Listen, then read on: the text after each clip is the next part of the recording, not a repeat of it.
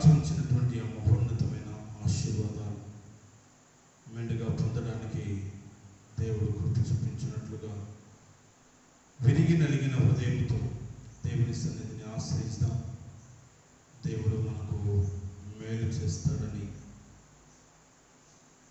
నమ్ముతూ దేవుని సన్నిధానంలో మన యొక్క విన్నపములను ఆయనతో పంచుకుందాం. Praise the Lord. హల్లెలూయా, హల్లెలూయా, హల్లెలూయా, హల్లెలూయా, హల్లెలూయా.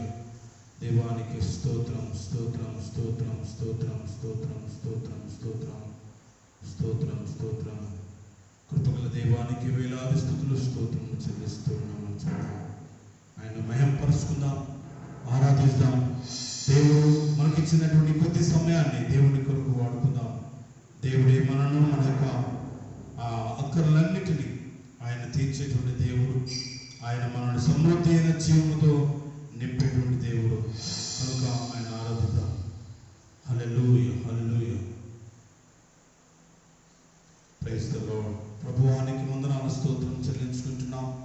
ఈ సాయంకాలం సమయంలో, ఈ రాత్రి వేళలో నేను ఆరాధించడానికి తండ్రి ఎందరికో లేనిటువంటి అదృష్టాన్ని మాకు అనుగ్రహించినందుకు నీకు వేలాది స్తుతులు స్తోత్రం చెల్లించుకుంటున్నాం.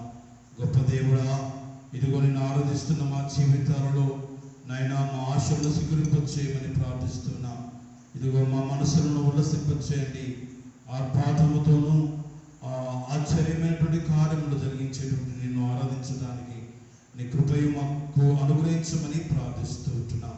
కొద్ది నిమిషముడి వాక్యమును ధ్యానించబోతుండగా మా హృదయములను, మా ఆత్మను తేజరిల్ల చేయమని యేసు నామమున ప్రార్థించి అడుగుకుంటున్నాను తండ్రి. ఆమేన్. ప్రియమైన దేవుని బిడ్డలారా, ఈరోజు